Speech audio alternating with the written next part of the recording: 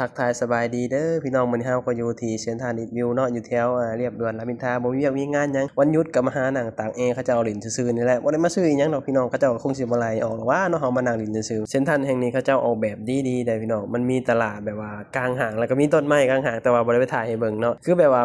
บางทีเฮาหยุดเฮาบ่ไปทางใดไปสิเฮาก็มาหานั่งตากแอร์เขาเจ้าซื่อๆนั่นแหละแล้วก็ค่ำแล้วก็กลับห้องไปสินะเพราะว่ามันใกล้บ่อนเฮาเฮ็ดงานเนาะเวลาเฮาหยุดเฮาก็สิได้มาหานั่งแบบว่าเล่นคนเดียวไปสินะใช้ชีวิตประมาณนี้แหละพี่น้องในเมืองใหญ่ประเทศไทยเนาะอยู่คนเดียวไปคนเดียวเที่ยวคนเดียวก็เที่ยวได้พี่น้องเบิ่งนี่บรรยากาศในห้างก็สิประมาณนี้พี่น้องเป็นห้างที่ใหญ่ๆพี่น้องแล้วก็เฮามักกับการแบบว่าเขาเจ้าออกแบบไปสินะเขาจะตกแต่งงามๆได้บัดนี้หาออกก่อนพี่น้องเริ่มค่ำแล้วบัดนี้ก็สิได้กลับห้องมาหาพักผ่อนมื้ออื่นก็ลุยงานคือเก่าพี่น้องชีวิตในเมืองใหญ่สู้กันไปหากันไปเนาะกราบใดที่เฮายังมีเหือมีแรงกราบใดที่เฮายังมีลมหายใจเนาะขอบคุณหลายๆเด้อที่เสียสละเวลาเข้ามาเบิ่งมาชมฝากกดติดตามเข้าไปให้กำลังใจกันเด้อบ๊ายบาย